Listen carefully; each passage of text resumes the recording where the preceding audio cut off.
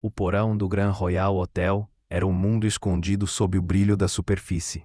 Enquanto nos salões de cima lustres faiscavam sobre taças de champanhe, lá embaixo as lâmpadas tremeluziam sobre azulejos manchados, lançando sombras nos tambores giratórios das máquinas de lavar. O ar úmido vibrava com um ronco metálico e impregnava-se com um cheiro ácido de detergente. 2 andares apenas, mas 2 mundos completamente diferentes. No canto mais afastado da lavanderia estava Linda encolhida contra a parede, joelhos junto ao peito, apenas 26 anos, mas nos olhos havia a exaustão de quem já vivera dores demais. Os cabelos loiros grudavam-se ao rosto pálido, castigado por noites sem sono e trabalho incessante. Seu uniforme, amarrotado e frouxo, parecia prestes a desmanchar. Nas mãos, ela agarrava um papel dobrado com os dedos trêmulos. Respirava curta, quase contida, como se soltar o ar de uma vez a fizesse despencar de vez. Era uma conta de hospital. Sua filha, Judy, apenas 4 anos, nascera com um defeito no coração. Precisava de cirurgia, urgente, mas o valor era impossível. $50.000. Vermelho em destaque, pagamento até sexta-feira para confirmar a cirurgia. E era apenas terça-feira. Linda perdera os pais num acidente quando tinha 17. O homem que jurara ficar ao seu lado desapareceu assim que soube da gravidez. Desde então, cada dia fora uma escalada dura, solitária. Mas este papel era um muro que ela não sabia mais como vencer. Com mãos trêmulas, pegou o telefone e ligou para a última pessoa que ainda tinha esperança. Sua tia. Por favor, murmurou quase sem voz. É pela cirurgia da Judy. Só um pouco de ajuda. Do outro lado, a resposta veio fria. Linda, eu tenho meus próprios filhos. Não posso continuar ajudando. Não é muito. Só o suficiente para manter a cirurgia marcada. Eu pago de volta, prometo. Me desculpe. Não posso mais fazer isso. A ligação caiu. O silêncio foi ensurdecedor, mais pesado que o barulho das máquinas. Linda ficou olhando para o telefone. Não chorou de imediato. Apenas murmurou. Me perdoa, Judy. Mamãe tentou. E então as lágrimas vieram, silenciosas, carregadas de desespero. O papel caiu sobre seu colo. Ela o amassou, depois o esticou de novo. Não conseguia destruí-lo. Era o último fio de esperança. Do lado de fora da lavanderia, passos pararam. Um homem em uniforme azul marinho de manutenção, caixa de ferramentas na mão, ficou imóvel. Ouviu o som abafado dos soluços e se aproximou da porta. Era Michael Reeve, CEO da rede de hotéis, novamente disfarçado de funcionário comum. Ele estava ali para avaliar as condições do hotel antes de decidir sobre seu futuro. Pela fresta viu-a. Uma mulher frágil e móvel agarrando um pedaço de papel como se fosse tudo o que lhe restava.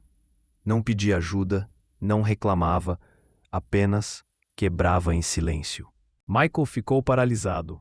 Sua vida sempre fora lógica, estrutura, eficiência. Mas havia algo na maneira silenciosa como Linda desmoronava que o atingiu em cheio. Sem gritos, sem fúria, apenas dor pura e contida. Ela não sabia que estava sendo observada. E mesmo assim, depois de alguns segundos, respirou fundo, enxugou as lágrimas, ajeitou o cabelo com dedos trêmulos e se levantou. Como se jamais tivesse se permitido desmoronar. Michael se afastou, mas aquela cena não saiu de sua mente. Sua força, seu silêncio, sua dor. Naquela noite, sua voz ecoava em seus pensamentos. Foi a primeira vez que vi uma mulher chorar. Não por si mesma, mas por um pequeno coração que lutava para sobreviver dentro do peito de sua filha. Michael Reeve tinha 35 anos, o mais jovem CEO da história da rede. Polido, calculista, decisivo, temido e respeitado em cada sala de reunião. Anos antes, quando a empresa estava à beira da falência, foi ele quem tomou as decisões impossíveis: cortar departamentos, reduzir custos, demitir centenas, para salvar milhares de empregos. Não era crueldade, dizia. Era sobrevivência. Eficiência não era frieza, era clareza. Havia acabado de voltar de suas primeiras férias em anos quando um relatório pousou em sua mesa. O Grand Royal estava em queda.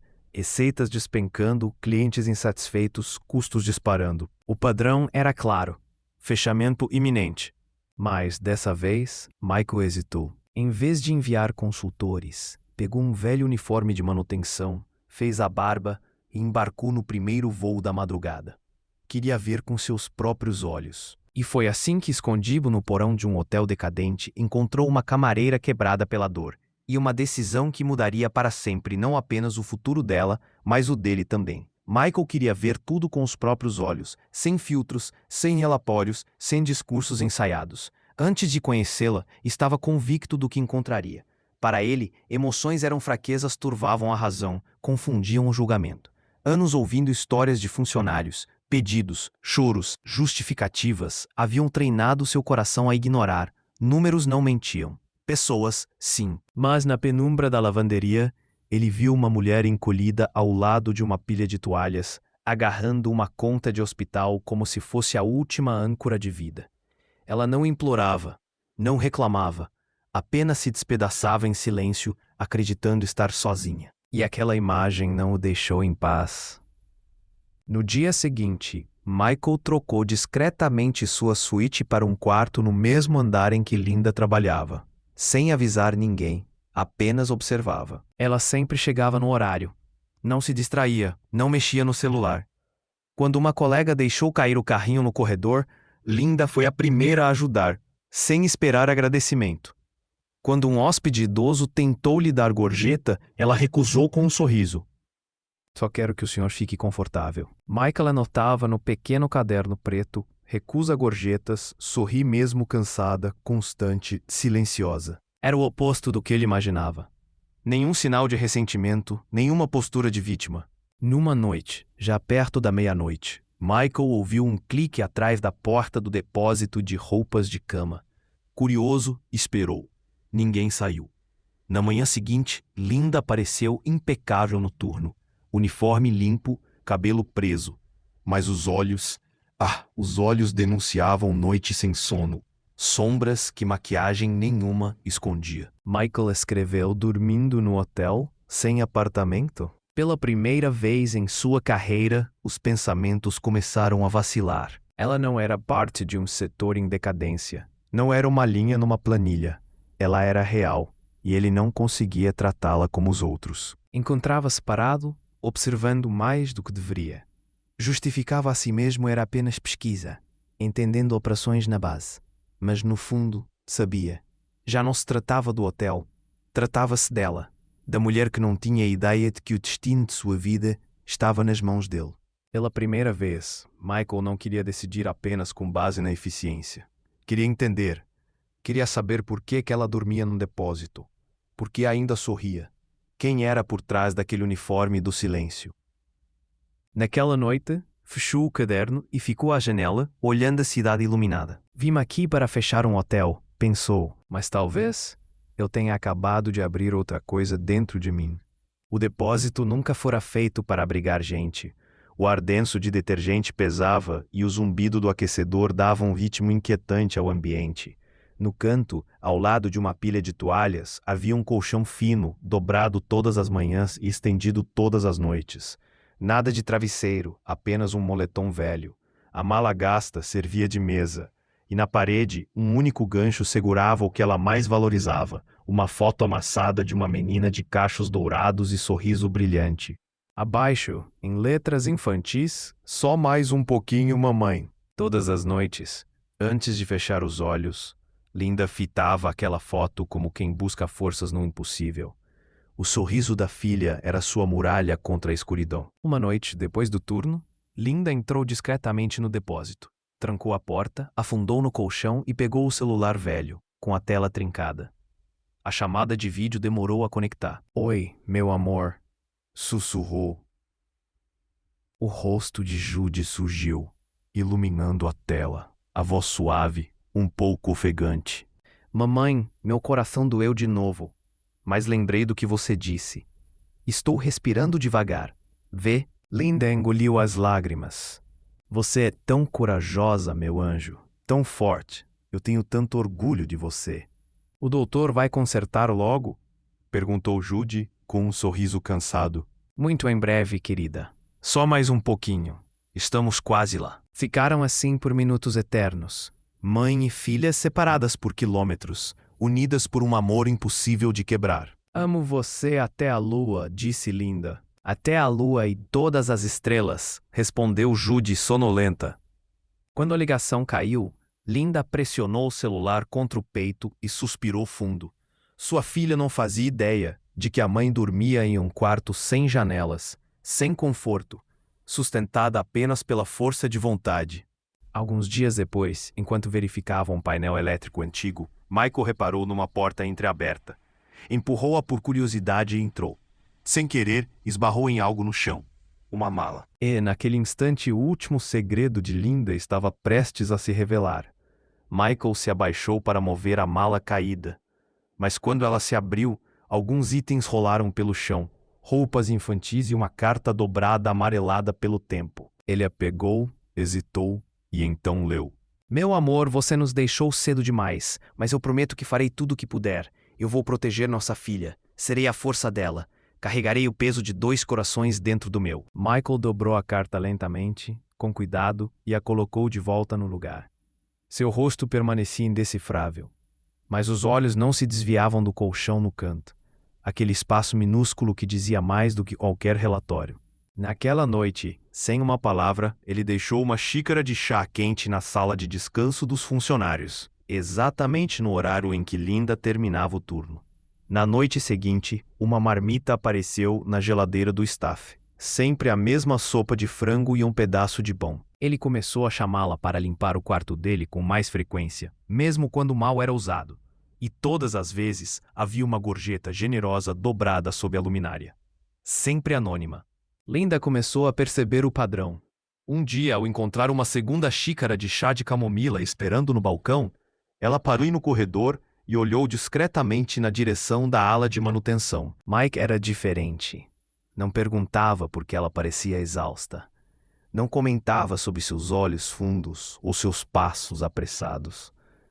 Não invadia. Apenas via. E via de verdade. Por um instante, Linda pensou. Talvez ainda existam pessoas assim. Uma bondade silenciosa em um mundo frio. Talvez isso já seja suficiente. Foi numa quinta-feira à noite. Linda entrou no depósito depois de mais um turno. O corpo doía, o coração pesava. Ela girou a maçaneta e algo estava diferente. A lâmpada do teto, apagada há meses, agora brilhava em tom dourado. O espaço estreito parecia outro. O colchão, a foto da filha, tudo tinha um ar mais acolhedor, menos esquecido. No chão, perto da porta, havia um bilhete dobrado. Ela pegou e leu. Luz é algo que você merece ter. Não havia assinatura, mas Linda sabia. Ela encostou o papel contra o peito e, pela primeira vez em muito tempo, sorriu. Não um sorriso ensaiado que oferecia a hóspedes ou colegas, mas um sorriso verdadeiro. Nos dias seguintes, Michael, ainda Mike para todos, passou a ficar depois dos turnos. Sentavam-se em caixotes virados na sala de descanso, tomando chá de camomila em copos de papel. Foi numa dessas conversas de madrugada, embaladas apenas pelo zumbido da máquina de vendas, que Linda finalmente falou de um lugar profundo dentro de si.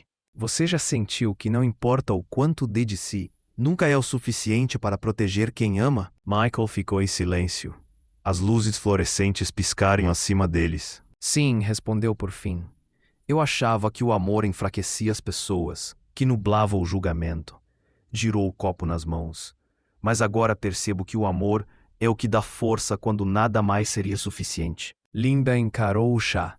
Nunca tinha ouvido aquilo dito assim. Naquela noite, ela se abriu como nunca antes. Contou tudo como penhorara o anel de noivado para comprar remédios, como deixava de comer para que Judy tivesse comida, as madrugadas nos corredores de hospitais, implorando que atendessem sua filha sem pagamento antecipado.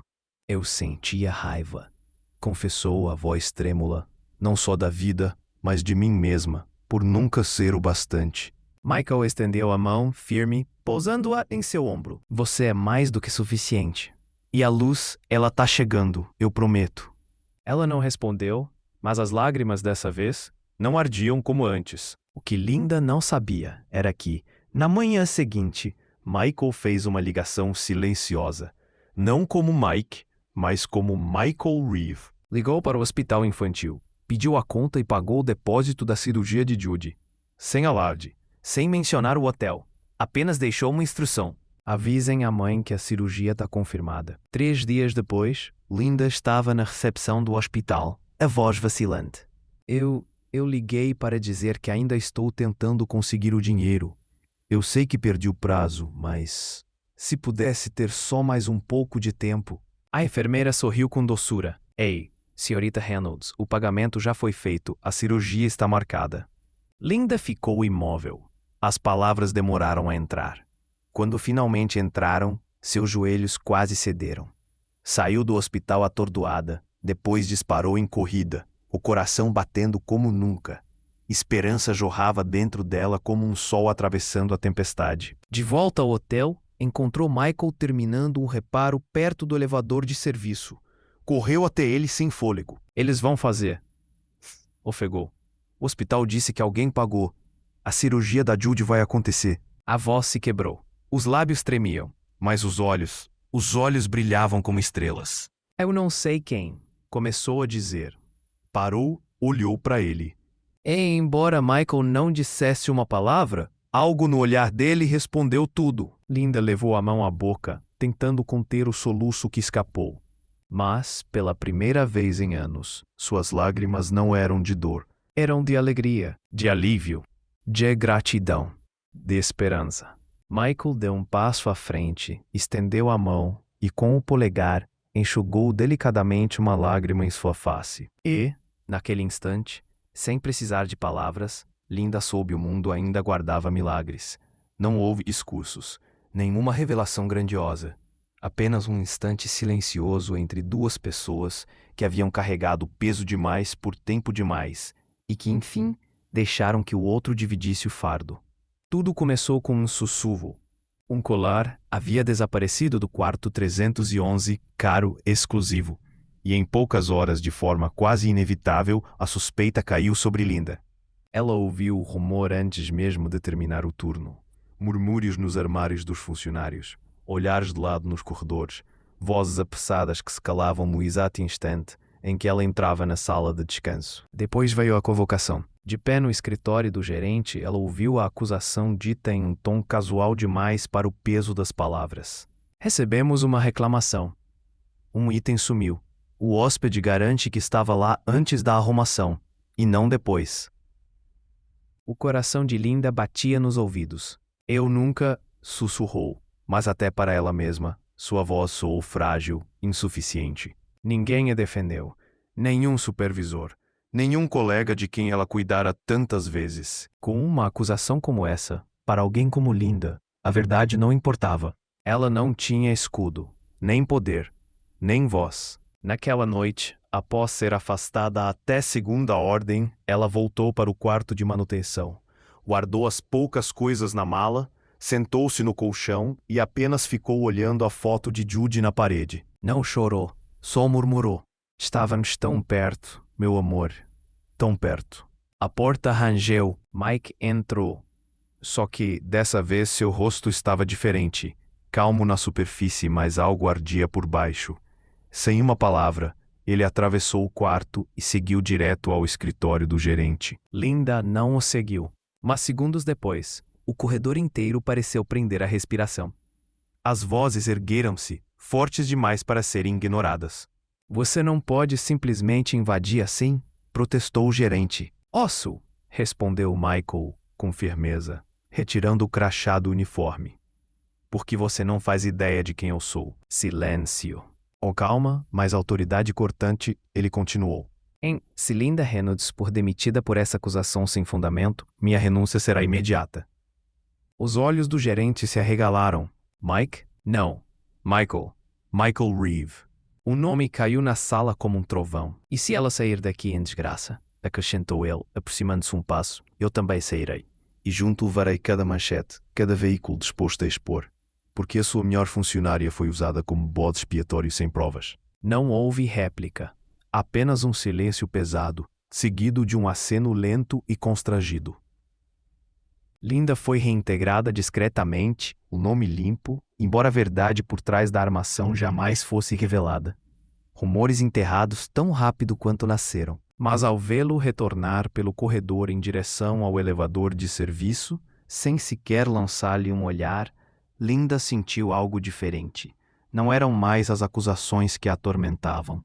Era a maneira como ele a defendera. Tão feroz, tão pessoal, tão além da lógica. Quem faria isso, a não ser alguém que não era quem dizia ser? Mais tarde, sozinha, dobrando o uniforme de volta à prateleira, a pergunta voltou cortante. Quem é você, Mike? E por que está fazendo isso por mim? A confiança que havia começado a florescer agora tremia, dividida entre gratidão e suspeita. E a dúvida mais cruel se ergueu.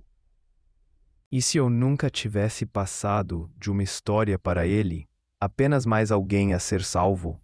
Porque às vezes, até a bondade, quando não explicada, podia parecer apenas piedade. Tudo aconteceu no saguão. Linda encerrava um turno exaustivo, empurrando o carrinho de limpeza em direção à saída, quando ouviu a voz. Sr. Reeve, uma honra conhecê-lo pessoalmente. Sua liderança transformou a indústria da hospitalidade. Ela congelou, a mão ainda no carrinho, o corpo inteiro paralisado. Então o viu. Mike. Não. Michael. Não mais o uniforme simples, mas um terno azul marinho impecável, sapatos polidos, postura de quem não finge, de quem domina o espaço sem esforço. O ar sumiu de seus pulmões. Michael Reeve. Ele também a viu. Seus olhares se cruzaram por um segundo, mas foi suficiente. Mais tarde, Linda não lembraria como chegou ao corredor de serviço. Apenas o eco daquele nome batendo em sua mente. Naquela noite, no pequeno quarto de manutenção, ela encarou a foto de Judy e sussurrou. Ele viu tudo, desde o começo. E a sensação que queimava em seu peito não era só pela mentira, era pelo silêncio, pela certeza de que ele a deixara sofrer, sabendo de tudo o tempo inteiro. De repente, cada gesto, cada proteção, cada ato de generosidade parecia manchado. Foi bondade ou piedade? Linda não sabia dizer. E era isso que mais doía. Na manhã seguinte, ela pediu afastamento, alegando motivos pessoais. Ninguém fez perguntas. Silenciosa, ela arrumou suas coisas em uma pequena bolsa e partiu sem se despedir, nem mesmo de Michael. Quando chegou ao hospital infantil, Judy já estava em avaliação pré-operatória. Linda permaneceu ao lado da filha, acariciando seus cabelos, murmurando canções de ninar, prometendo mundos que talvez não pudesse cumprir. Na penumbra do quarto, junto à janela, seus dedos se entrelaçavam em oração muda. Eu não preciso da caridade de ninguém. Enquanto você viver, Judy, eu encontrarei um caminho. Recomeçarei do nada, se for preciso. Naquela noite, Judy, com um sorriso sonolento, sussurrou. Mamãe, aquele homem bom veio me ver. Linda congelou. Que homem? O dos olhos gentis, respondeu Judy. Ele me trouxe um ursinho e contou uma história sobre uma princesa que ganhou um novo coração. Disse que quando eu melhorar, vai me levar ao parque. As mãos de Linda tremeram. Ela não havia contado a ninguém onde estavam, nem a Michael. Mas ele estava ali, silencioso, sem alardes, apenas presente. As lágrimas caíram antes que conseguisse contê-las. Não era raiva, era medo. Porque um homem como ele não pertencia ao seu mundo. E ela, quebrada, orgulhosa e cansada, não podia imaginar pertencer ao dele. Ainda assim, no fundo, a pergunta mais perigosa ecoava. E se ele já me amasse? O corredor do hospital estava quase deserto, exceto pelo murmúrio distante de enfermeiros e pelo bip contínuo das máquinas. Linda esperava sozinha no banco frio, os olhos fixos na placa vermelha. Cirurgia cardíaca em andamento. Ela mergulhava em lembranças. O primeiro riso de Judy, os primeiros passos, as noites em que a dor apertava o peito da menina. Um turbilhão de memórias que a consumia, até ouvir passos. Michael apareceu. Na mão, uma sacola simples. No braço, um ursinho com um coração bordado. Ele nem falou muito, apenas colocou os objetos ao lado dela. Trouxe sopa e outro ursinho, caso Judy queira. Linda o enterrou, sufocada pela presença dele. Você não deveria estar aqui. Eu sei, respondeu ele pausado, mas estou. Sentou-se ao lado dela. O silêncio entre os dois era frágil, quase quebradiço. Então ele murmurou. Você não precisa ser forte hoje, Linda. Não sozinha. Eu estou aqui. Ela não respondeu, mas também não se afastou. As horas pesavam, arrastadas. Quando as mãos de Linda começaram a tremer, Michael simplesmente segurou uma delas. Ela não retirou, pelo contrário, deixou-se encostar em seu ombro. Pela primeira vez em anos, permitiu que alguém dividisse o peso com ela. Uma lágrima escorreu, não de medo, mas de alívio. Michael não disse nada, apenas apertou sua mão. E assim esperaram, até que, enfim, as portas da sala se abriram.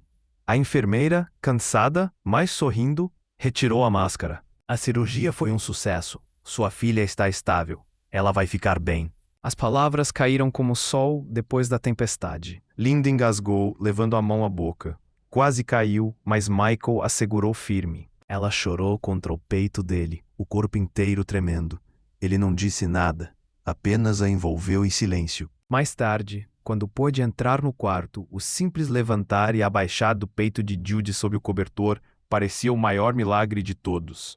Linda aproximou-se devagar, afastando delicadamente os fios de cabelo da filha, ainda com lágrimas presas aos cílios.